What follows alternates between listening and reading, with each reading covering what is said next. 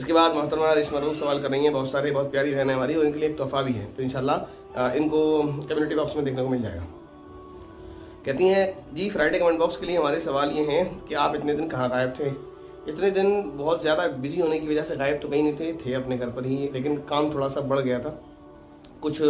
ایسی دقت پیش آئی جس کی وجہ سے ٹائم نہیں دے پا رہے تھے، اور یہ ایک نیگیٹو پوائنٹ ہے کہ آپ کے پاس نہیں آ پائے۔ پازیٹیو پوائنٹ جو آپ کو بتانے کے لیے کہا تھا وہ لاسٹ میں انشاءاللہ ویڈیو کو بتائیں گے۔ اگر آپ کی طبیعت ناساز تھی تو وہ کیسی ہے؟ طبیعت تو خیر ایسی کوئی خراب نہیں تھی، ایسا نہیں ہے کہ طبیعت کی وجہ سے چینل جو ہے روکا گیا تھا، ایسا نہیں ہے، طبیعت ماشاءاللہ ٹھیک ہے، کبھی کبھی خراب ہوتی رہتی ہے، انسان ہے، سب کی ہوتی ہے۔ کیا اب ہم امید کر سکتے ہیں کہ اب ہمیں آپ کی ویڈیوز روزانہ دیکھنے کو ملیں گی؟ امید نہیں، انشاءاللہ یقین رکھیں، ویڈیو روزانہ نہیں، جب میں نے شروع میں کہا کوشش پوری رہے گی روزانہ ملیں،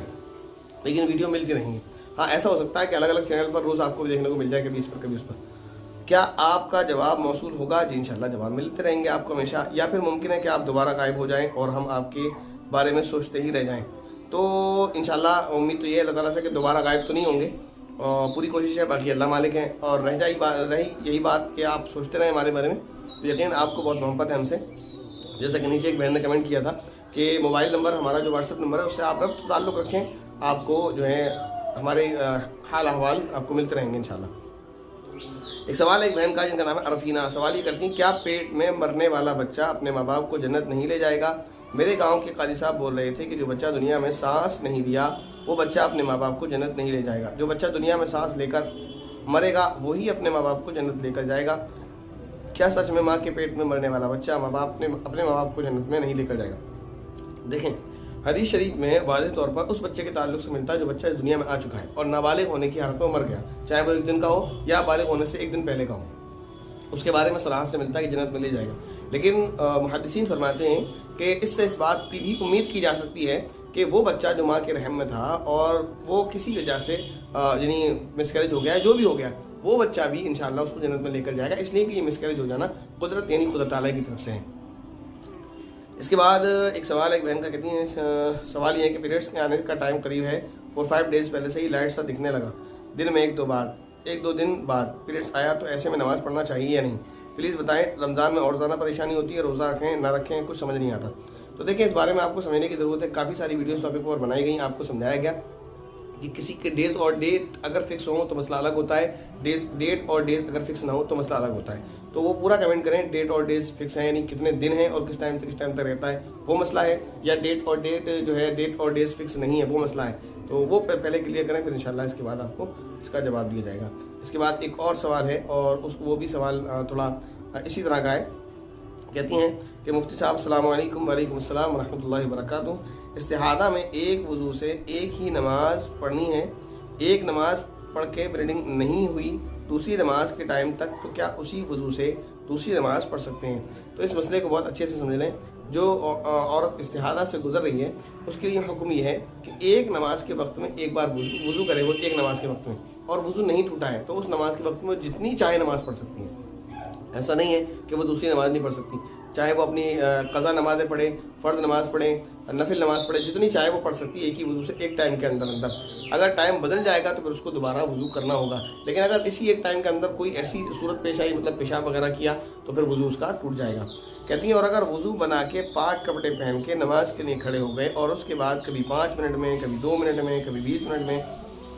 تو کبھی آدھے منٹ میں کیسے بھی بلیڈنگ ہوتی ہے، ہمیں ایگزیکٹ کا اندازہ نہیں ہے، پر میں نے سنا ہے کہ اگر 5 منٹ بھی بلیڈنگ رکتی ہے تو پھر ایک فرض نماز پڑھو اور دوسرا وضو کرو، پر اس میں بہت دقت ہوتی ہے۔ گھر والے وہ پورا سوال جو ہے مطلب پڑھ لیا ہے ان کا کہ گھر والے ایک تو ڈانٹ لگاتے ہیں کہ سسرال میں کیا ہوگا، ایک پرسنل بات ہے، دوسری بات کرنی ہے، اور پیشاب کی بیماری بھی ہے، پیشاب کی بیماری سے بچنے کے لیے دعا کریں، کوئی دعا کوئی عمل بتائیں، تو عمل تو انشاءاللہ آپ کو بتا دیا جائے گا۔ اور دوسرا یہ کہ دوا آپ اچھے ڈاکٹر سے کرائیں، سب سے پہلے تو یہ کہ بیماری ہے تو صحت کا علاج جو ہے وہ ڈاکٹر ہی کرے گا، لیکن آپ کا یہ مسئلہ کہنا کہ 20 منٹ آدھے منٹ، تو ایسا تو پاسبل نہیں ہے کہ کبھی آدھا منٹ ہو کبھی 20 منٹ ہو، وہ ایک انداز نہیں ہو سکتا منٹ کے اعتبار سے۔ ایک مسئلہ سمجھ لیں کہ وہ کنڈیشن آپ کو پتہ ہے، آپ کی بہتر ضرور ہے۔ مسئلہ یہ ہے کہ کسی کو اگر استحاضہ کی پریشانی ہے اور اس میں ان کو اتنا وقت ملتا ہے کہ وہ وضو کر کے ایک وقت کی نماز صحیح طریقے سے ایک وضو سے ادا کر سکیں، مسئلہ یہ ہے، اگر ان کو اتنا وقت مل جاتا ہے کہ وہ ایک وقت کی نماز صحیح طریقے سے ادا کر سکتی ہیں تو ان کے لیے حکم یہ ہے کہ پھر وہ ہر نماز کے لیے الگ الگ وضو کریں گے، یعنی فجر کے لیے الگ وضو کریں اور نماز پڑھ لیں، ظہر کے لیے الگ وضو کریں اور نماز پڑھ لیں اگر ایک وقت کی نماز وہ پڑھ سکتی ہیں۔ لیکن اگر ایک وقت کی نماز بھی نہیں پڑھ سکتی ہیں، وہ کنٹینیو ان کو جاری رہتا ہے، تو پھر وہ ان کا استحاضہ کی وجہ سے وضو نہیں ٹوٹے گا۔ یعنی اگر کسی کو ایک وقت کی نماز یعنی پڑھ سکتی ہے صحیح طریقے سے اور پھر اس کو بلیڈنگ ہوتی ہے تو پھر وضو ٹوٹے گا۔ ایک وقت کی نماز پڑھ سکتی ہے ایک وضو سے، پھر اگر بلیڈنگ ہو جائے تو پھر اس کا وضو ٹوٹ جائے گا، اس کو دوبارہ وضو کرنا پڑے گا دوسری نماز پڑھنے کے لیے۔ لیکن اگر ان کو اتنا ٹائم نہیں ملتا کہ ایک وقت کی نماز وہ صحیح طریقے سے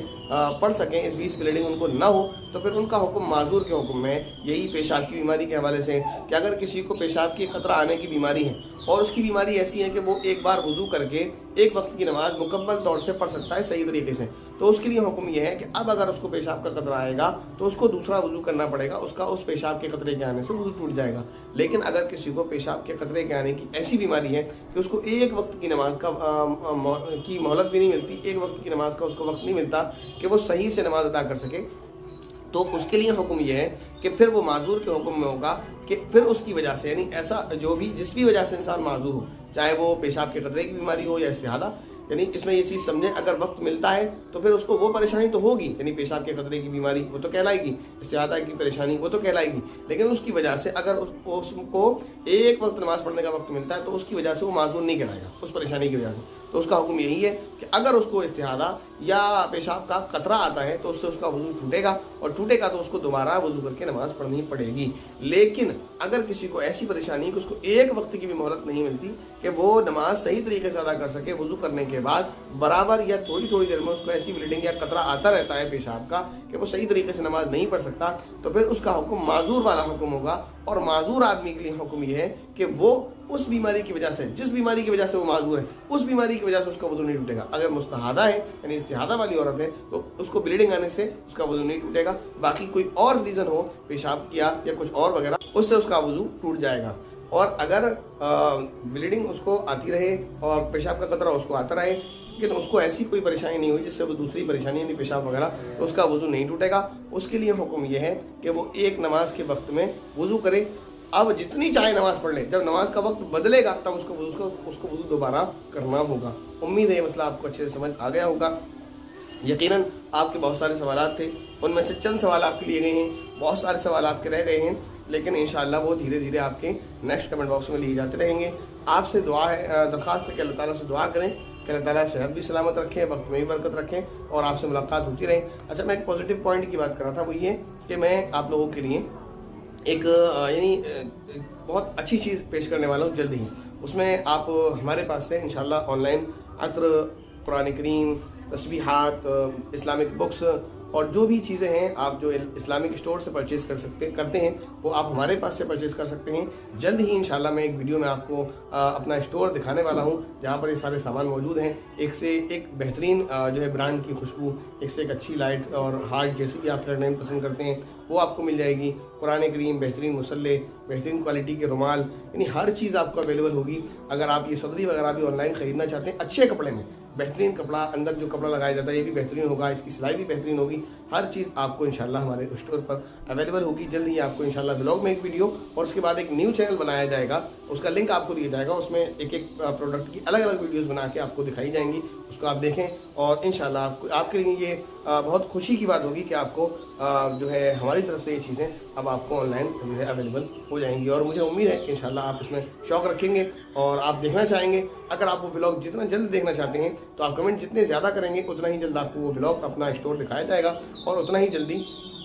نیو چینل کا لنک آپ کو دیا جائے گا۔ چینل ابھی بنایا نہیں ہے، ایک دن میں بنایا جائے گا اور پھر اس کا لنک آپ کو دیا جائے گا تاکہ آپ جا کر ایک ایک پروڈکٹ کے بارے میں اچھے سے وہاں پر جانکاری حاصل کر سکیں اور وہ پروڈکٹ آپ پرچیز کر سکیں۔ دعا میں یاد رکھیے گا، آپ سے درخواست یہی ہے کہ حوصلہ افزائی کرتے رہیں اور اس ویڈیو کو